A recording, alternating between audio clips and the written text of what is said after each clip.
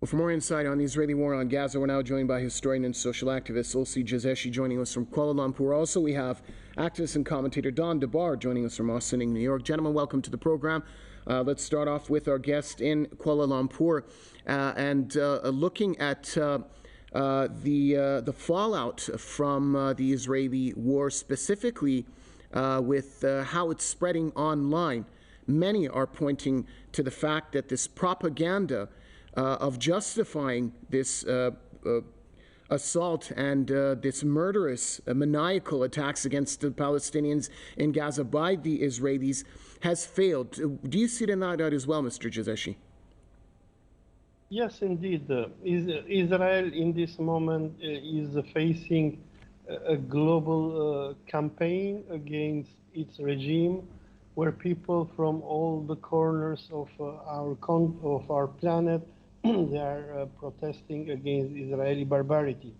The Americans and the Europeans who support this settler colonialist regime, they find themselves in a very difficult situation because nowadays from Washington to Jakarta, all humanity is protesting against Israeli barbarity.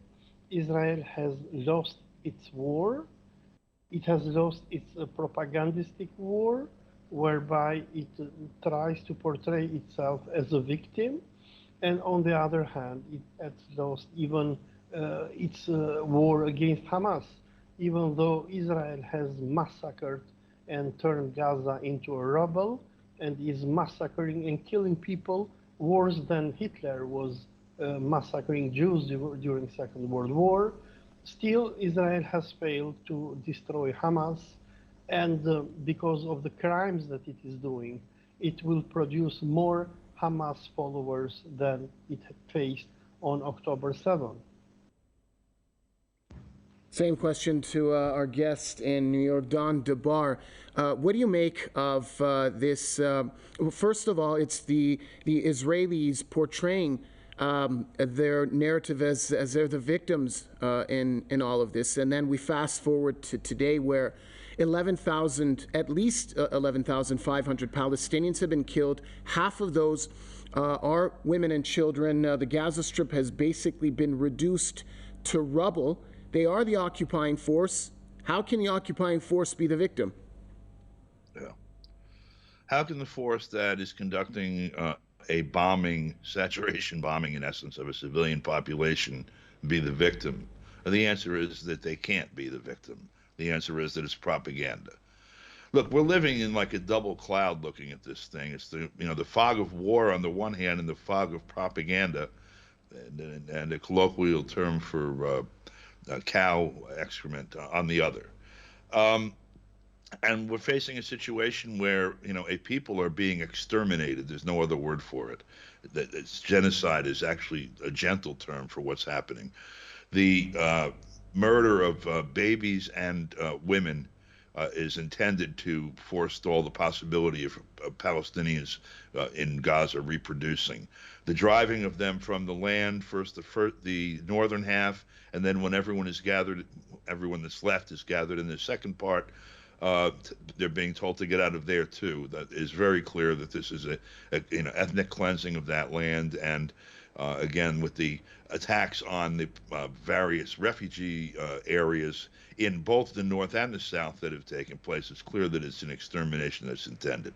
You have a situation that's being demonstrated across the world for the value that it has of marches against this war by people around the world. One thing that it does do is clear the fog on the question of how the people of the world feel, even though the governments are supporting, the Western governments are supporting Israel in this extermination of the Palestinian people.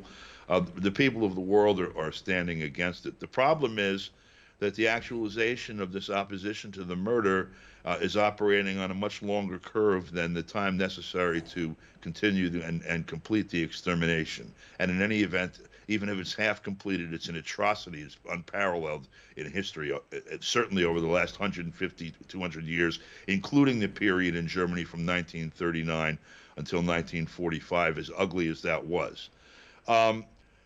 We have a problem here in that we have no mechanism for working out a solution. When you have a huge vector between the governments and the people, the only way to resolve that generally is for the people to change the governments. The process of doing that by elections puts that off in the United States as if there were a choice on the matter on the ballot anyway until November of last year.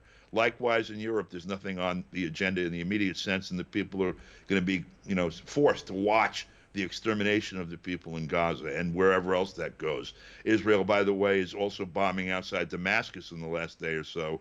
There is a wider war fear among everyone in the region that is keeping them from, participating in this and trying, in military defense of the people of Gaza. On the other hand, the wider war is being conducted already by Israel. So there's a lot of things in front of the people that put on the agenda the necessity of the people doing something that spares the lives of these people that are being murdered. And to me, it seems like they have to figure out how to change their governments.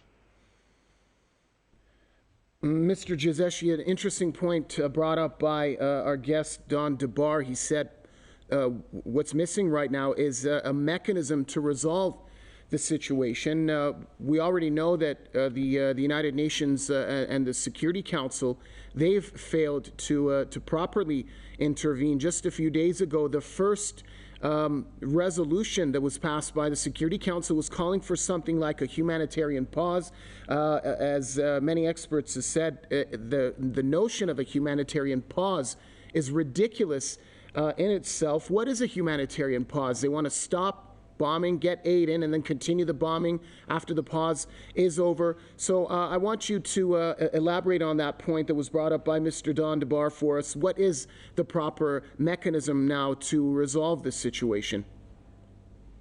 Well, I mean, the issue of Israeli crimes and the Zionist crimes against the humanity didn't start today.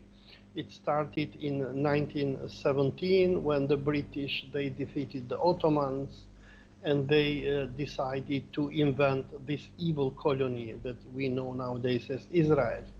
I mean, if we see the history of the creation of Israel since World War I, when the British, they defeated the Ottomans, and they implanted the Zionist Jews who were brought from Eastern Europe. I mean, from the very inception, Israel has been created over a crime. So, I mean, look, it is the world order which the British and the Americans, they built during World War I, and then after World War II, they did the same, and they turned Israel somehow into a country that is untouchable by international law. Unfortunately, after the fall of the Soviet Union, because when Soviet Union was around, the Zionists, they were not as arrogant as they are today. But after the collapse of the Soviet Union and the creation of the New World Order by the Americans, and the wars that the Americans started in the Middle East with the destruction of Iraq, of Syria, of Libya, of Yemen, of Sudan, Israel has been the main engine which has driven the American or Anglo-American imperialism against the Muslim world. What Israel is doing in this very moment in Gaza is the same thing that we have seen during the past 3 decades happening against Baghdad, against Tripoli. In this very moment that we're speaking, I mean, Israel is not waging war only against Palestine and Gaza. It is waging war against Syria, is waging war against Lebanon, is waging war against all Arab countries, and Iran in particular. Israel is a state that has been created, or like Joe Biden has said, if Israel was not to exist, we will have to invent it. It is a country that serves as the worship of American imperialism in the Middle East in order to destroy the world of Islam. And unfortunately, this state, which is run by a medieval theocratic ideology of Zionism, where its leaders like Benjamin Netanyahu, they perceive the Palestinians as being the biblical enemies of the Israelis, of the Hebrews, the infamous Amalek. This is a genocidal regime. And I believe the only way how humanity can stop what Israel is doing is the creation of a new world order, but these new world orders usually come after a major world war. And unfortunately, I mean, since after World War I, and then after World War II, and after the collapse of the Soviet Union, Israel was always there to kill, to massacre Muslims and Christians of the Middle East. It is such a shame for the Western civilization and the Anglo-Americans in particular, which have invented this monster, which support Right. this monster until this very moment. Let's get a final thought in from Don DeBar. Sir, when we're looking at the demonstrations that are taking place in support of Palestine, specifically when we're looking to Europe, there's a certain hypocrisy from these European governments, from at least some of them, where it's okay to burn the Holy Quran, but if you were to burn an Israeli flag, that would be a serious offense. You would be arrested, you would be charged. Can you explain that hypocrisy for us? No, it doesn't make any sense. These things that get passed and are on the books and are enforced against an individual here or there, sort of out of the main view, that they come into being for pandering to one or another group. And certainly the Israel lobby in Europe is very potent, as it is potent also in the United States. In terms of placing candidates in office, they have a lot of levers, more than most lobbyists, as a matter of fact, just in terms of what's expressed.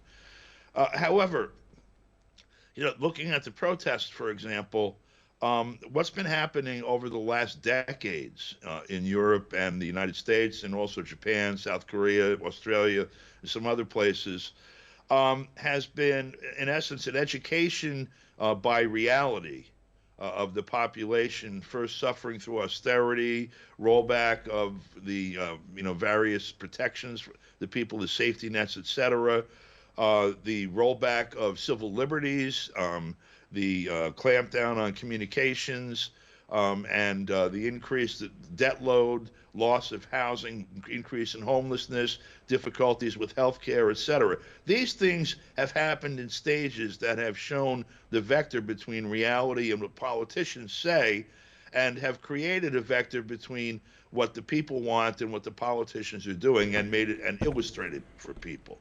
This thing that's happening now, this blatant massacre of human beings that's happening on television in front of the world, now is being viewed in the context of all of the lies and all of the hostile acts that have been taken against the people for the last 40 or 50 years. And I think it's going to put energy into the populations, and with a recognition that what they're looking at is something that can't be fixed and that needs to be tossed out and something new put in its place. And you're going to start seeing that bubble in different places, from Western Europe to Saudi Arabia and elsewhere, I think, pretty soon, actually. And as a matter of fact, again, I'll make the point, if some change doesn't happen somewhere very soon, then we're going to watch almost the complete extinction of the people who are being murdered with impunity right now by Israel and the United States. Thanks a lot, gentlemen. Olsi Jazeshi joining us from Kuala Lumpur, and Don DeBar. Don DeBar speaking to us from Austin in New York. Thank you for contributing to this segment of the program.